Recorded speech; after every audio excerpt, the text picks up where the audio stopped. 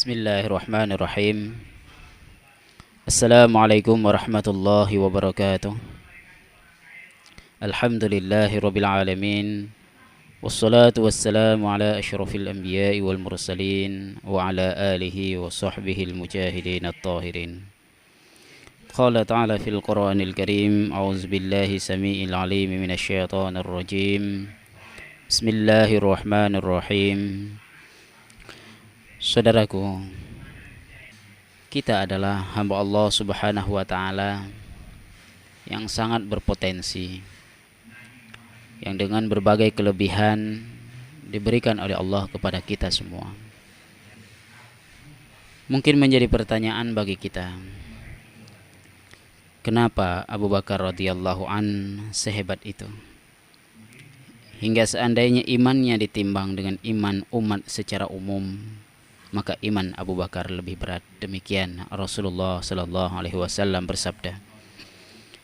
Dan kenapa pula Umar bin Khattab radhiyallahu an tampil dengan gagah dan berani hingga syaitan pun kabur dan tidak berani menghadapinya. Kenapa pula Abu Hurairah radhiyallahu an dapat menjadi ilmu termuka-muka mengalahkan sahabat-sahabat yang lebih dulu masuk Islam. Padahal ia masuk Islam agak terlambat, yaitu pada tahun ke-7 Hijriah.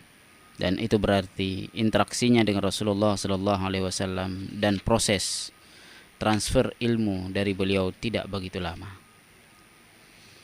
Kenapa pula Abdullah bin Abbas radhiyallahu an dalam usia yang sangat relatif muda sudah menjadi narasumber para sahabat yang lebih senior? Kenapa setiap sahabat mampu membentuk dirinya menjadi pribadi yang utuh dan punya ciri khas yang berbeda dari yang lain? Padahal murabbi mereka, ustadz mereka, guru mereka itu sama, yaitu baginda Rasul Muhammad sallallahu alaihi wasallam.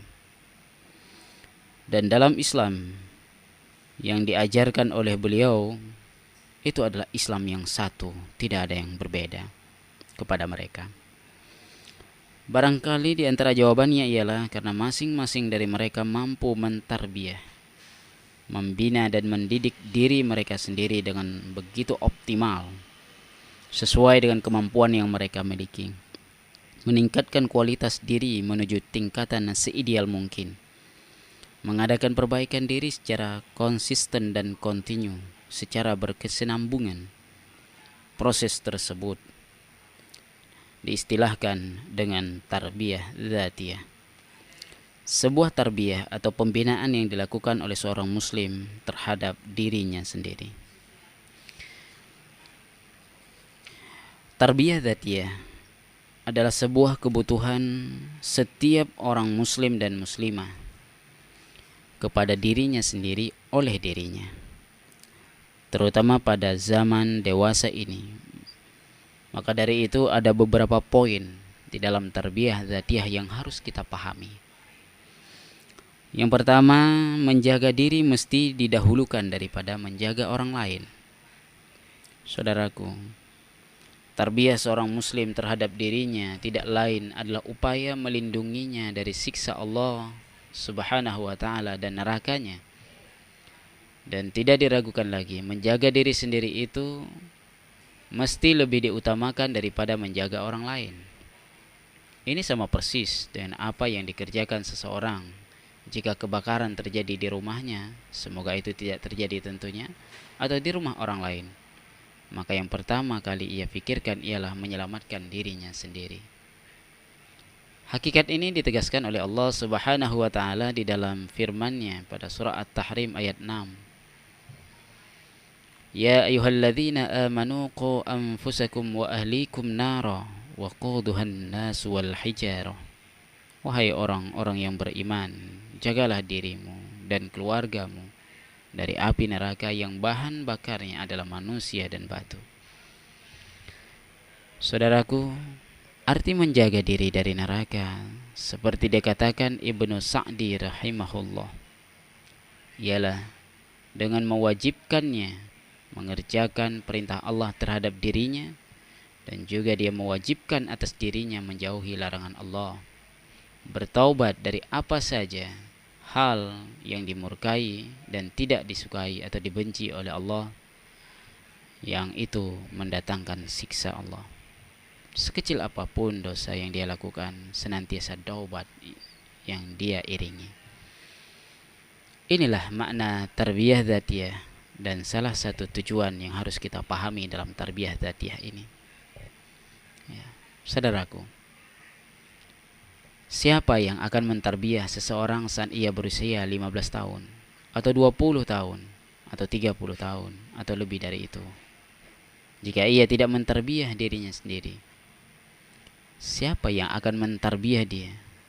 Atau jika tidak ada pihak lain yang mempengaruhinya, sebab kedua orang tuanya secara khusus atau manusia secara umum berkeyakinan ia telah dewasa, lebih tahu apa yang lebih mendatangkan maslahat bagi dirinya, atau mereka, orang tua dan manusia yang lain itu sibuk dengan pekerjaan mereka hingga tidak punya waktu untuk mengurusi kita.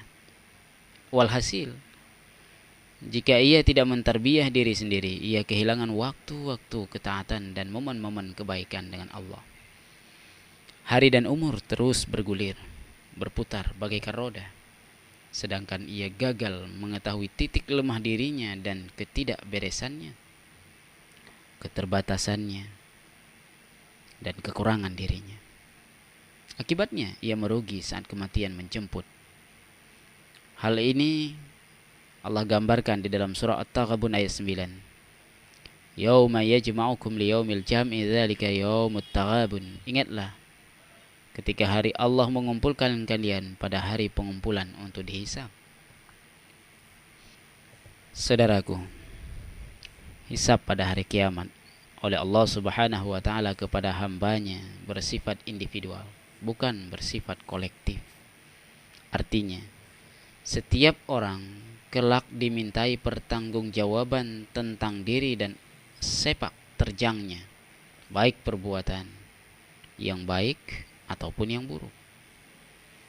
Kendati ia mengklaim orang lain menjadi penyebab kesesatan dan penyimpangannya, kendati ada klaim seperti itu, mereka wajib dihisab bersama dirinya. Pada surah Maryam ayat 95 Allah menegaskan, wa kulluhum atihi yaumal qiyamah farda. Dan setiap mereka akan datang kepada Allah pada hari kiamat dengan sendiri-sendiri. Sementara di dalam surah Al-Isra, Allah Subhanahu wa taala berfirman, wa kullu insanin alzamnahu ta'irahu fi 'unuqihi wa nukhriju lahu yaumal qiyamati kitaban yalqahu mansyura. Iqra kitabaka kafa bi nafsika al-yawma 'alaika hasiba. Ayat 12 dan 13. Dan setiap manusia telah kami tetapkan amal perbuatannya sebagaimana tetapnya kalung di lehernya, dan kami keluarkan baginya pada hari kiamat sebuah kitab yang dijumpainya terbuka. Bacalah kitabmu, cukuplah dirimu sendiri pada waktu ini sebagai penghisap terhadapmu. Sementara di dalam sabdanya Rasulullah sallallahu alaihi wasallam yang diriwayatkan oleh muttafaq alaih, ma minkum min ahadin illa sayukallimuhu rabbuhu laisa bainahu wa bainahu turjaman. Setiap orang dari kalian pasti diajak bicara Tuhannya tanpa penerjemah antara dirinya dengan Tuhannya. Karena itu, wahai saudaraku, barang siapa mentarbiyah dirinya, insya Allah hisabnya diringankan dan ia selamat dari siksa. Saudaraku, adakah di antara kaum muslimin yang tidak merasa prihatin dengan kondisi yang ada pada umat Islam hari ini? Di berbagai aspek kehidupan kita, baik aspek keagamaan, ekonomi, politik, pers, sosial, pendidikan, politik, dan yang lain. Jawabnya, tentu tidak ada yang tidak prihatin. Akan tetapi bagaimana kiat memperbaiki realitas yang pahit dialami oleh umat kita pada hari ini? Apa langkah efektif untuk melakukan perbaikan? Dengan ringkas, langkah tersebut dimulai dengan tarbiyah dzatiyah yang dilakukan oleh setiap orang dan individu dengan dirinya sendiri dengan maksimal, syumul, secara universal dan seimbang. Sebab jika setiap individu yang baik baik pula keluarganya. Dengan izin Allah Subhanahu wa taala tentunya. Lalu dengan sendirinya masyarakat menjadi baik. Begitulah pada akhirnya realitas umat menjadi baik secara total, sedikit demi sedikit, asal kita berperan di dalam memperbaikinya. Yang terakhir, karena keistimewaan tarbiyah dzatiyah, tentunya urgensi tarbiyah dzatiyah lainnya ialah mudah diaplikasikan, sarananya banyak, dan ada terus pada setiap kaum muslimin di setiap waktu, setiap kondisi dan tempat. Seperti akan dijelaskan di dalam Al-Quran dan juga As-Sunnah. Ini berbeda memang dengan tarbiyah ammah, pembinaan umum yang punya waktu-waktu tertentu dan tempat-tempat khusus. Tapi tidak dengan tarbiyah dzatiyah, di kapan saja, di mana saja, oleh kita, untuk kita. Dan hasilnya adalah menjadikan kita pribadi-pribadi yang tertarbiyah dengan dzatiyah itu adalah pribadi hamba Allah, ibadullah, yang senantiasa dicintai dan mencintai Allah Subhanahu wa ta'ala. Saudaraku, semoga ini menjadi renungan bagi kita, agar kita mampu memperbaiki diri setiap saat dan waktu. Wallahu a'lam. Aqulu qawlin hadza wa astaghfirullah li wa lakum. Assalamualaikum warahmatullahi wabarakatuh.